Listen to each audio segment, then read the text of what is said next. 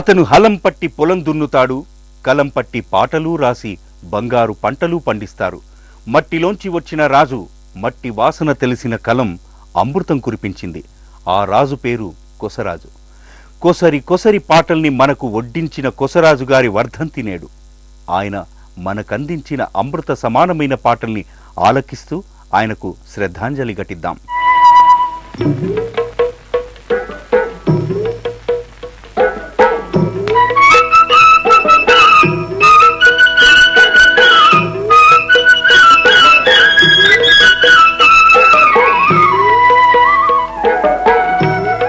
కొసరాజు గారి పూర్తి పేరు కొసరాజు రాఘవయ్య చౌదరి.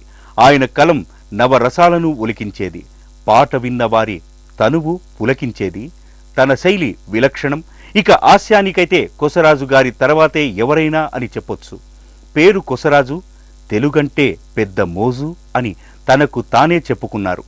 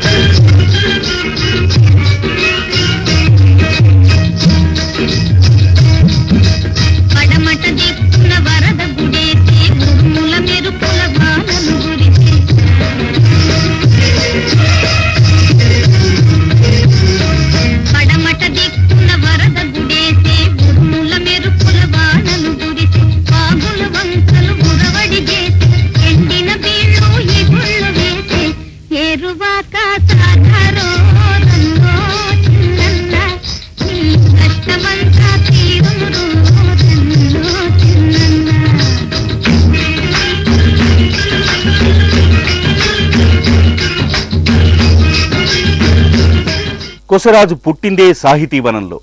ఆ పరిమళాల మధ్యనే పెరిగినా ఏ సువాసన ఆపాదించుకోక తనకంటూ ఓ శైలిని పట్టుకున్నాడు.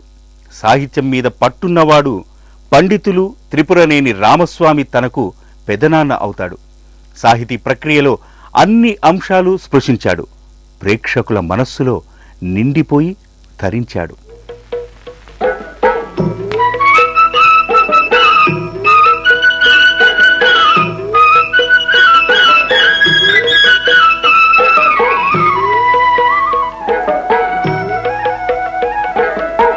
ముద్దబంతి పూలు పెట్టి మొగిలి రేకులు జడను జుట్టి హంసలా నడిచి వచ్చే చిట్టమ్మా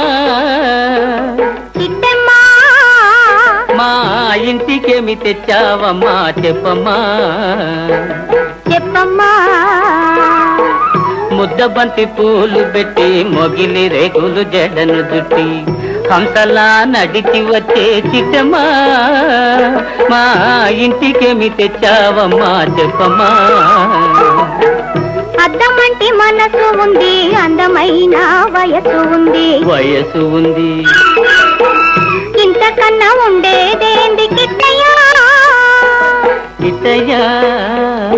ఈ పేదవాళ్ళు తెచ్చేదేంది చెప్పయ్యా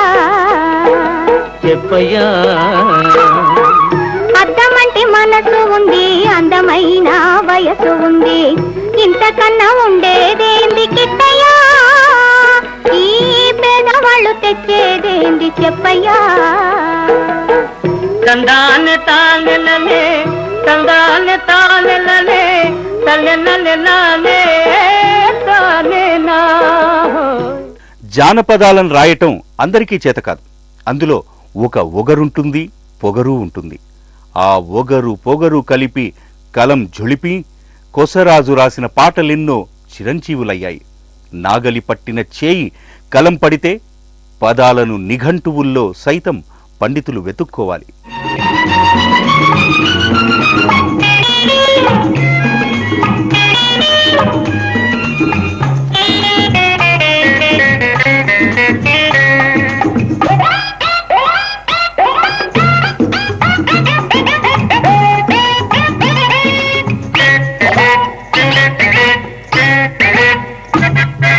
ముత్యాలు వస్తావా అడిగింది ఇస్తావా, ముత్యాలు వస్తావా అడిగింది ఇస్తావా, ఊర్వశిలా ఇటు రావే వయారి.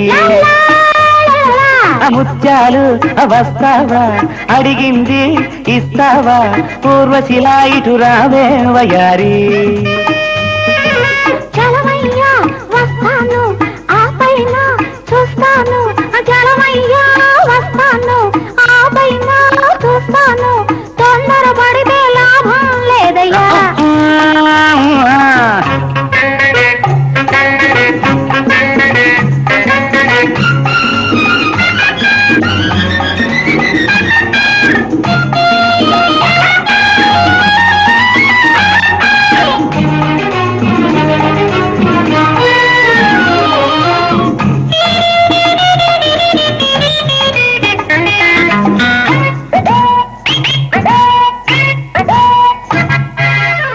ఈ కార్యక్రమంలో ఓ చిన్న విరామం తీసుకుందాం.